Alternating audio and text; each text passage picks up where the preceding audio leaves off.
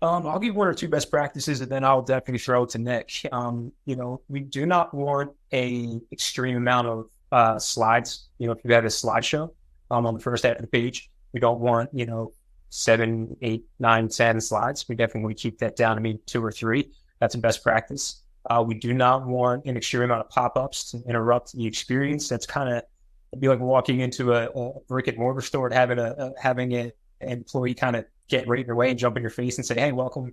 Do you want this offer?" Where we want people to kind of gradually get to know your site. We don't need those 4 or 5 pop-ups and chat tools and all those. Those are just 2 things that I noticed, but Nick, you can pick it up from there.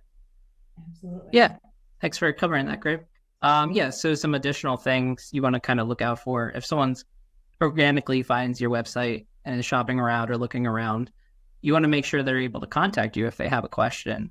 So you want to make sure your phone numbers are out there, you have a contact form or an email, some way they can, contact you directly. Or even so, if they just want to go to your location, if you have a physical location, you want to make sure you have your directions on the site, a map there. Some websites will also have like a chat tool, which is very helpful. So you want to make sure that's functioning correctly and providing the correct answers to the customers they're reaching out with any questions. All right. So you've gotten me. I am on your site. I now, everything's working well. It's a good experience.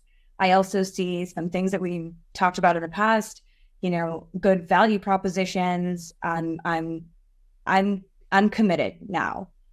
As I move through your website, what are some other things that might impact my experience that people should be paying attention to? I'll give it to Nick first, and then Greg can jump in. Yeah. So say you're trying to sell some products. You want to make sure people shopping, just like Amazon, you want to be able to search for what you're looking for and narrow it down by price or rating, stuff like that. So you want to make sure you have those kind of options on your website to help people find what they're looking for. Something else I mentioned earlier, just having your images correctly sized so people can see them, not too small and not too large. That's going to cause your site to slow down. Hours, you want to make sure you're displaying when you're open to the public so they can come and visit you. And I think one of the biggest points is kind of your navigation, because that's directions to every page on your website. You don't want to have thousands of links in there because no one's going to look around there and try to find what they're looking for. You want to have it simple, straight to the point, and to kind of help them, guide them to where they need to go.